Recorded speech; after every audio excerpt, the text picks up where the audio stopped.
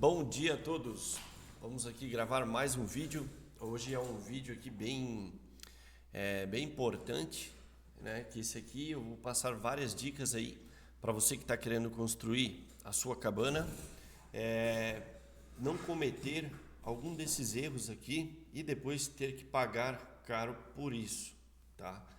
Então, vamos começar. Primeira situação aqui, gente, é questões do terreno. Muitas pessoas estão começando agora, aí vão pesquisar um terreno para comprar, para colocar sua cabana, para daí rentabilizar. Conheço muitos clientes que fazem isso, fizeram isso, né? Mas, gente, vou levantar alguns pontos aqui para a gente tomar muito cuidado, tá? Quando você for escolher o seu terreno, estiver aí nessa fase de escolher o terreno certo e tudo mais. Alguns pontos. Primeiramente, terreno barato. Quando você vê um anúncio aí num terreno barato, abre o seu olho, porque muitas vezes o terreno barato ele tem uma surpresa lá que está oculta, que muitas vezes quem está vendendo não vai te falar, vai deixar acontecer e depois tu vai descobrir isso da melhor forma. Infelizmente, hoje existem muitas pessoas aí que agindo de má fé, que vão te induzir para esse erro, porque querem só se livrar da situação e pegar o seu dinheiro, né? O que a gente tem que observar nisso, pessoal? Se o terreno ele é barato, normalmente ele é um terreno de contrato, tá? Se você for comprar um terreno de contrato, tomar muito cuidado sempre, né? Ver em que escritura que está esse terreno, ver de que forma, que contrato que será feito, se esse contrato vai ser assinado por todos, se é um contrato de família, se o terreno está em inventário. Tem várias situações aí que você tem que abrir o olho e entender o terreno que você está comprando. Pesquise bastante, pegue o máximo de informação que você conseguir para acabar não caindo numa emboscada, né? Você vai lá, faz um investimento às vezes de 200, 300 mil reais mais no terreno e depois lá na frente lá você perde seu terreno, tá? Outro ponto, acessibilidade. Verifique se esse terreno tem uma acessibilidade boa para até o local onde você deseja construir, ver se é possível construir onde você imagina, né? Então, fazer essa análise, tá? Porque muitas vezes também o terreno barato, ele é uma pirambeira, né? Pode ver aqui nesse exemplo aqui que a gente tem uma imagem, ó. Olha só o tamanho do declive desse terreno aqui. Claro, às vezes não tem muita possibilidade de ter que construir ali, né? Mas aí tu vai ver, tu vai colocar tudo na ponta do lápis, olha só a dificuldade. A gente vai ter que fazer fundações robustas, tá? Para conseguir construir aqui. Essa fundação aqui, visivelmente, ó, o primeiro sapato está aqui, a outra está lá embaixo. Isso aqui vai ter que levantar ainda pelo menos uns 6, 7 metros. Vai ter que fazer as vigas, vai ter que fazer uma viga aqui de amarração aqui embaixo, para amarrar toda essa sapata para evitar o escorregamento. Então tem várias situações aqui que vão encarecer essa fundação, tá?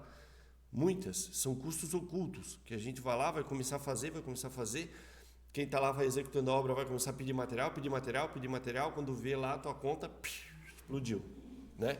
Então fique atento a isso, vê se o terreno é bom para executar a obra, se a acessibilidade é boa. Aqui eu falei só de material, né? Tem ainda parte de andaime aqui para o pessoal da mão de obra trabalhar aqui, andar aqui por esse terreno, aqui por essa altura, né? Tem que fazer andaime de tábua, muitas vezes alugar, isso tudo é custo. E sem falar no mais importante, tempo de obra. Uma obra que tu projeta ali num terreno bom para fazer em uma semana, é uma semana de obra, porque é uma semana de custos de mão de obra. Quando cai numa fundação desse porte aqui, o que é para ser uma semana, leva às vezes mais de 30 dias, 40 dias para tu conseguir executar isso. Então você vai estar pagando esses 40 dias de trabalho. Então coloca isso na ponta do lápis para você ver onde é que você vai chegar aí. Outra situação, verificar os terrenos que você está comprando, as questões ambientais, se ele não está em uma área de APP, uma área de risco, né? Normalmente as cabanas são construídas em regiões montanhosas, né? Ou muitas vezes nas encostas dos morros. E na nossa região aqui, inclusive, tem muitas áreas aqui que são condenadas aí, que são áreas de risco, né? Então, muitas vezes as pessoas vendem esses terrenos Só que, né, não fazem uma análise total, não pega um geólogo muitas vezes. O terreno ele pode ser assim numa região que, né, pode ter algum tipo de risco, mas é bom às vezes a gente contratar um profissional, um topógrafo, um geólogo, que vá lá e faça uma análise desse terreno para ver se não tem realmente um risco, né? A gente sabe de clientes aí que compraram terrenos em regiões de canyons, né? Onde vão lá para construir próximo aos canyons, só que fizeram um estudo de geologia para ver se não tem risco de desplacamento dessas montanhas e tudo mais. Então, olha só o estudo que a pessoa faz para fazer o investimento, né? Esse é o caminho correto. Então, tem que ter muita atenção nisso, né? A APP que eu digo às vezes tu vai lá, tu vê um terreno barato também, já vi algumas situações na internet. Você vê um terreno barato, beira do riacho, só que você vai ver o terreno, ele tem 200 metros de comprimento, porém 30 metros de largura, costeando o riacho. Aí tu vai vir lá no APP, lá nas normas da ambiental, tu tens que ter 30 metros de APP, aí matou teu terreno. Tu não consegue construir em cima do terreno.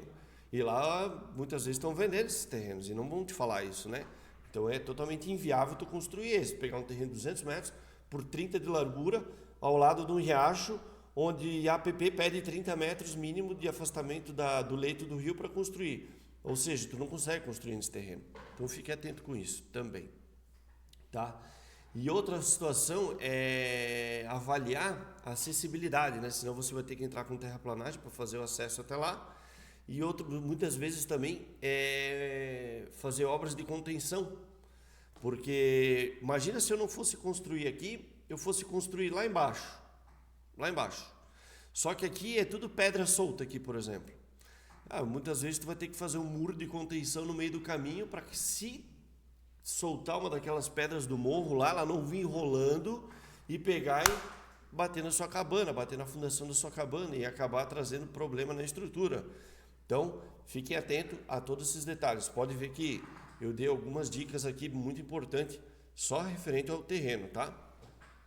Então, espero que compreendam.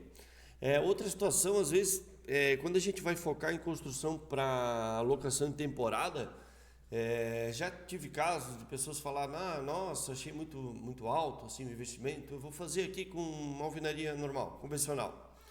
E aí muitas vezes vai lá e constrói sem projeto, constrói lá com um profissional da sua confiança e vão lá e constrói no método convencional, pensando como se fosse uma casa normal. Só que muitas vezes, quando chega no final da obra, tu chega numa conclusão dessa, né? E daí, vamos pensar lá, eu estou investindo em locação temporária, tem todo um estudo para tu atender um hóspede, né? Não é apenas levantar umas paredes lá e dizer, construir uma cabana. Tem um estudo por trás disso, né? Então, o que vende mais diárias aqui? O que tu consegue cobrar mais no valor da diária? Uma construção como essa ou uma construção como essa? Tá? Isso aqui vende, né? Isso aqui vende também. Não vou dizer que não. Mas aqui você consegue aumentar seu ticket de diária, né? Onde você cobra às vezes 150, 200, você vai cobrar 800, 900. Tá? Então, pense nisso também, tá, gente? Pensar nessa funcionalidade do hóspede, ver o que o hóspede procura. Procure profissionais que entendam do mercado, né? Que na Ecocabanas aqui a gente faz um grande estudo aí antes de lançar um projeto, sempre pensando na funcionalidade, o que o hóspede vai gostar, o que fica legal, o que fica instagramável, o que não fica, entre diversos outros fatores. Tá bom? Outra situação importante, gente, economizar na mão de obra, tá? Gente, vocês têm que pensar que um bom profissional, ele tem o seu preço. Isso não é seu preço, seu valor, tá? Um bom profissional tem o seu valor. Porque um bom profissional, eu vou te citar alguns exemplos aqui. O bom profissional você já vê já nos equipamentos que ele vai chegar para trabalhar. Tá? Às vezes tu vai lá na pessoa que cobra R$15 a mão de obra, só que daí ela vai chegar lá para fazer a montagem da sua cabana, muitas vezes ela não tem uma serra circular, uma serra esquadria para fazer um corte em 45 graus, que vai trazer um acabamento na peça de madeira, ela não vai ter uma parafusadeira de impacto, que vai trazer uma eficiência lá para fixar os parafusos. Muitas vezes, se você mora no local da obra, Muitas vezes esse profissional lá que você contratou por mais barato, né? Ele vai ficar te perguntando: ah, tu tens uma enxada para me emprestar aqui? Tens uma linha? Putz, eu esqueci lá o meu desempenadeiro. Tens uma desempenadeira para me emprestar? Essas situações aí acontecem. Eu sei porque eu já passei por isso, tá? Então, agora um profissional que tem o seu valor, o cara vai chegar lá com o carro dele, com a equipe dele, vai trazer lá os equipamentos necessários para fazer a montagem, vai trazer todas as ferramentas que necessárias, ferramentas de qualidade. Um profissional, olha, hoje que a gente conhece, graças a Deus a gente tem bastante equipes aí que a gente consegue indicar, são equipes aí que tem uma boa estrutura, vão chegar para fazer um ajuste, o pessoal tem todas as ferramentas necessárias para executar, consegue lidar com qualquer situação que venha a ocorrer ali na obra da melhor forma. São pessoas, né, profissionais que te passam um prazo de início de obra e um prazo de término, eles vão cumprir isso. Você sabe quando sua obra começa e quando sua obra termina, tá? Isso aí um profissional de valor te entrega. No início, um orçamento ele pode ser mais caro, só que se tu botar tudo na ponta do lápis, tempo de obra, ferramentas e tudo mais, gente, essa pessoa que você orçou, que você achou mais cara, ela vai sair em destaque 100% comparado a quem você achou que seria um profissional com um bom preço, tá? Então tome atenção, tome cuidado nisso, né? Quando você for contratar um profissional, veja as referências dele, veja a estrutura que ele tem, né? Tudo isso é pontos para se avaliar, tá, gente?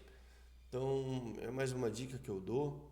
Tem muitos profissionais bons hoje, né? Então tome atenção com isso, porque a gente está fazendo uma construção, um investimento, né? Então temos que saber aí onde é que a gente vai estar pisando, tá? Ah, e outras, né? Promessas, né? Cuide com as promessas. Essas são perigosas. A outra situação aqui os materiais. Quando a gente for escolher os materiais, né? Cuidar com as madeiras que empenam facilmente, tá? Existem muitas madeiras no mercado hoje que já tem uma certa... As pessoas que trabalham com obra sabem qual que é a que empenam facilmente, né? Existe hoje... tem a cambará, tem garapeira, são madeiras aí mais da floresta nativa, né? Hoje o eucalipto também empena muito facilmente. Tem uma das que menos empena hoje, que pelo meu conhecimento é até que a gente trabalha, é o pinus. O pinus é uma madeira bem, assim, depois de plainada, tudo, ela fica uma madeira alinhada. Ela pode ocorrer um empenamento, só que o índice é muito mais baixo do que as demais que existem no mercado, tá? Outra situação, trabalhar com madeira úmida. Madeira úmida sempre vai trazer problema, tá? Ainda mais quando a gente fala de acabamento. Se trabalhar com lambri, forro úmido, com o tempo, na primeira semana ali de obra que você instalar ele, quando pegar um tempo seco, um tempo de inverno com vento seco, ou um tempo de sol quente, essa madeira ela é instalada com os encaixes 100%, só que como ela está úmida, ela vai secar. E quando ela seca, ela vai abrir frestas. E essas frestas são desagradáveis. Muitas vezes não tem como consertar, a não ser que desmonte o telhado todo lá para conseguir tirar a peça e trocar essas peças. Mas pensa só na mão de obra que isso vai dar, tá? Então, isso tudo gera custos. Outra situação também é o armazenamento. Se eu estou trabalhando com uma madeira que ela já tem um índice de empenamento alto e eu deixar ela lá exposta no tempo, um dia lá pega um sol, outro dia pega uma chuva, no dia pega um sol de novo, essas peças de madeira viram anzol, gente. Isso aí não... Quem for trabalhar lá vai sofrer muito para montar isso. Tem que pensar em quem for trabalhar lá também, né?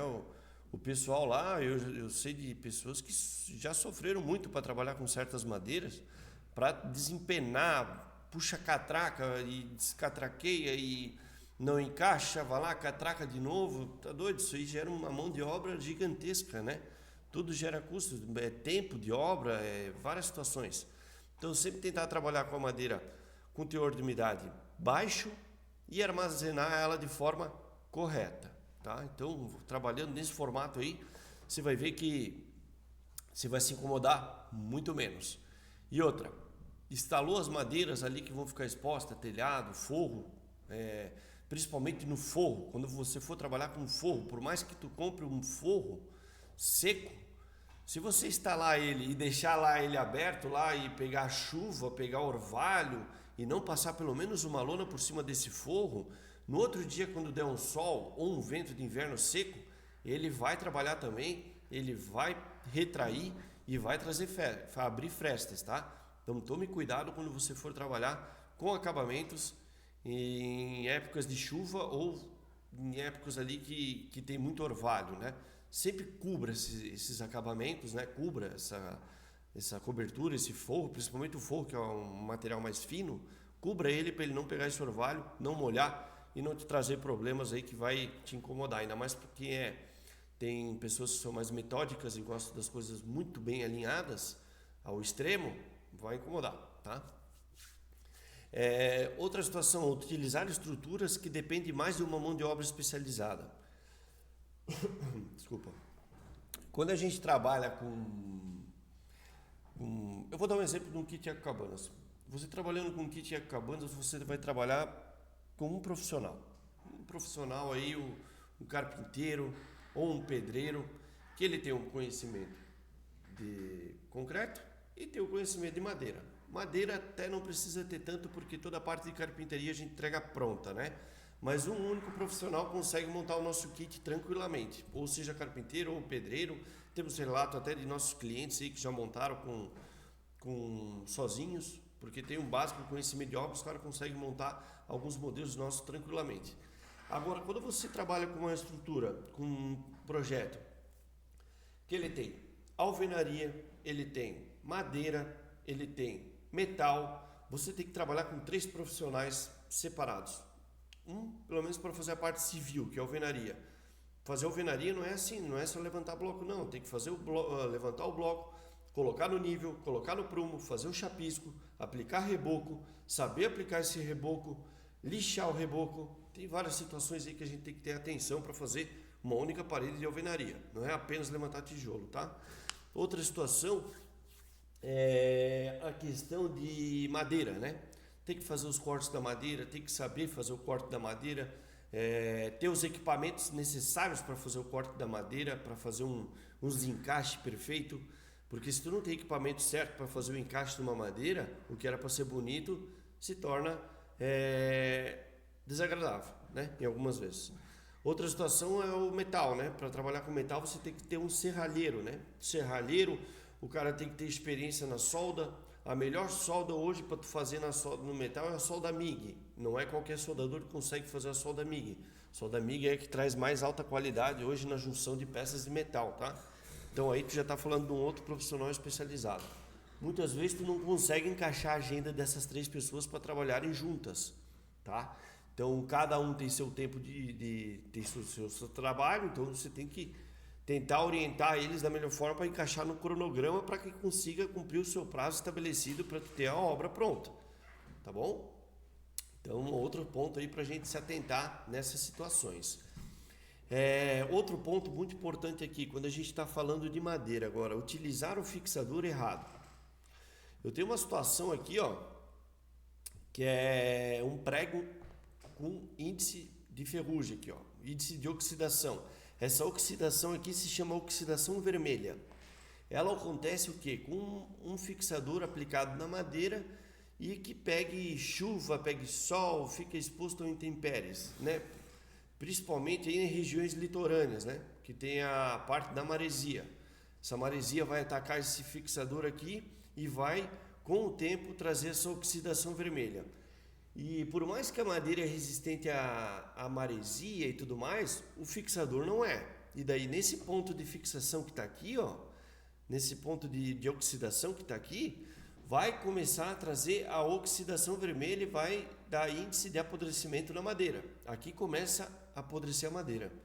E aí você vê lá que muitas vezes o deck lá, né, o deck está podre. Pode ver que a maioria dos decks de pinos, com pinos mesmo, com tratamento de autoclave, que ele é resistente ao apodrecimento, tem muitos decks aí que tu vê que ele fica podre no ponto de fixação. Pode ver, sempre no ponto de fixação que começa o apodrecimento da madeira. Então fique atento com isso. Até aqui a gente, na Ecocabanas, a gente trabalha com fixador, que ele tem um tratamento chamado organometálico, que ele é um tratamento muito eficiente para aplicar em regiões externas, ali que tem bastante contato com a água. É um parafuso aí bem interessante, tá? Então todos os fixadores que a gente trabalha, ou eles são galvanizados, ou eles são com tratamento organometálico, todos eles têm um certo tratamento. O prego é galvanizado, então a gente toma muito cuidado com isso, porque a gente sabe que isso aí traz um grande problema depois, tá? Outra situação, listagem de material sem projeto. Eu vou dar um exemplo aqui quando eu vou fazer elétrica. Se eu vou fazer uma elétrica, muitas vezes, quando eu estou fazendo a obra sozinho e tal, sem projeto, eu chamo o profissional vai lá, faz o quantitativo de projeto, de material que vai usar. Aqui vai uma tomada, ali vai uma interruptor, aqui vai 2 disjuntores, caixa. Só que depois lá no final, quando começa a executar, esqueci a fita isolante. Esqueci o parafuso para fixar a caixinha lá na parede de madeira. Parafuso, uma peça simples. Eu esqueci os terminais para colocar na ponta do fio para ligar no disjuntor. Esqueceu, vai ter que comprar. Esqueci outro exemplo aqui. Esqueci uma conexão para eletroduto rígido, por exemplo. Uma curva para eletroduto rígido. Esqueci a conexão. Não vou conseguir fazer aquela ligação porque falta o joelho ali para fazer a conexão. Então isso tudo gera desgaste. Esse profissional ou você mesmo, cliente, vai ter que pegar, vai ter que se deslocar até o material de construção, vai ter que voltar, vai ter que comprar esse material, vai ter que voltar para a obra. Muitas vezes essa obra são as obras de cabana, eu estou falando aqui de cabana, tá? As obras são remotas. Então essas obras remotas aí, muitas vezes, para chegar até no centro da cidade, onde tem o material de construção lá, você vai pegar, vou dar um exemplo aqui aqui de Rio dos Cedros, aqui da nossa região próxima aqui. Para tu construir uma obra em Rio dos Cedros, tu vai ter que andar lá pelo menos 40 minutos de carro para ir até a obra. Aí chegou na obra, daí tu vai ter que voltar até o centro mais ou menos 30, 40 minutos. Aí nesse tempo aqui tu já perdeu 2 horas já, para ir e voltar. Muitas vezes tu perde a manhã, só por causa para buscar o material que você precisa para montar lá na cabana. Lá. Então, isso acontece muito quando a gente faz lista de material sem projeto, sem quantitativo exato. Tá? Então, isso aí é uma situação então, que tem que tomar muito cuidado para não ter aqueles custos ocultos. Utilizar material de baixa qualidade. Eu vou dar um exemplo aqui desse registro aqui, ó, monocomando. Aqui na esquerda a gente tem o monocomando da linha Docol. Você vê a estruturação da base, né? Você já vê uma peça robusta aqui, né? Que tem uma certa engenharia, tem um certo estudo aqui, né? Então, um líder de mercado e tudo mais. E aí aqui do lado a gente vê uma peça de monocomando aí que o pessoal vende na internet com preço, tipo, isso aqui que tu paga R$800 com acabamento, esse aqui tu vai pagar 160 com acabamento. Então, eu particularmente jamais colocaria isso numa construção minha dentro da parede, tá? Até porque quando a gente fala de um banheiro, a gente vai ter que fazer a instalação interna embutida na parede, vai ter que fazer o fechamento da parede, vai ter que aplicar a argamassa, vai ter que aplicar o revestimento cerâmico, vai ter que aplicar o rejunte, vai ter que... Olha o tanto de mão de obra que tem aí.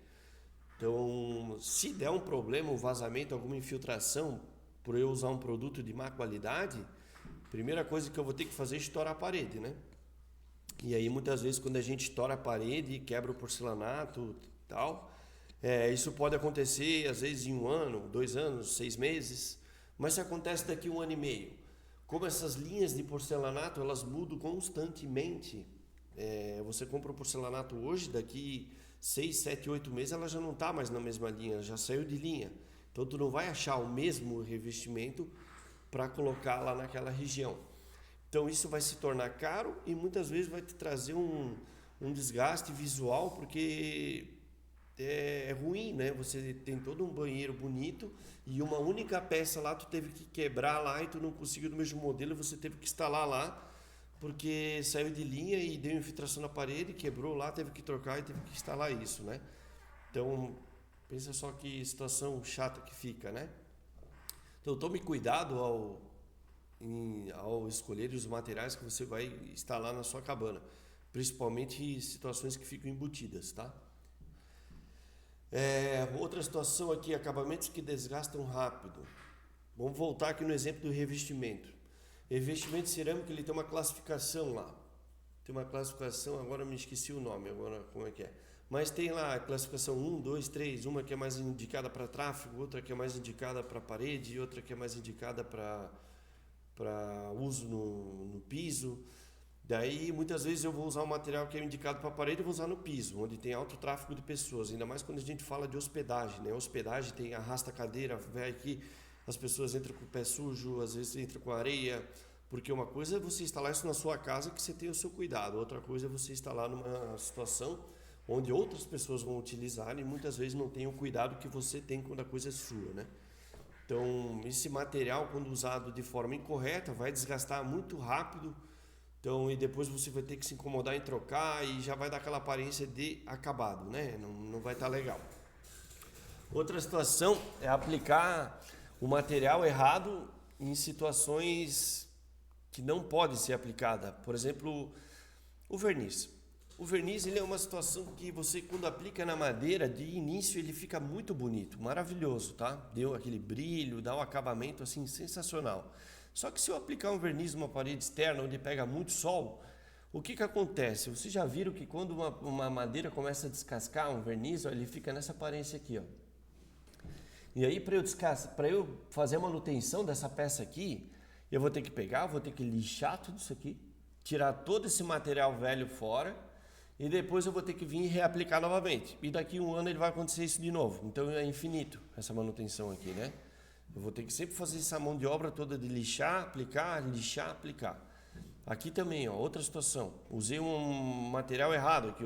Aqui provavelmente foi aplicada uma tinta acrílica em cima de uma madeira sem fundo preparador. Olha aí o que acontece. Então, a melhor situação que a gente indica aqui é a Stein, a aplicação de verniz Stein. É até que a gente usa nos nossos kits aqui, que a gente manda. O Stein, comparado ao verniz, o verniz ele forma uma película, que com o tempo ela trinca e desgasta e descasca. O Stein ele é impregnante, ele é um material que quando você é aplicado na superfície da madeira, ele é absorvido para dentro da madeira. Então ele suga lá para dentro, ele vai lá para as fibras da madeira. E aí eu aplico 1, 2 vezes até formar a película certa. 2 vezes está ótimo para ter um bom acabamento. E o Stein e o verniz, quando necessitam de manutenção, o verniz descasca, eu preciso lixar e aplicar de novo. O Stein ele esbranquece, ele vai perdendo a coloração dele, mas ele não descasca.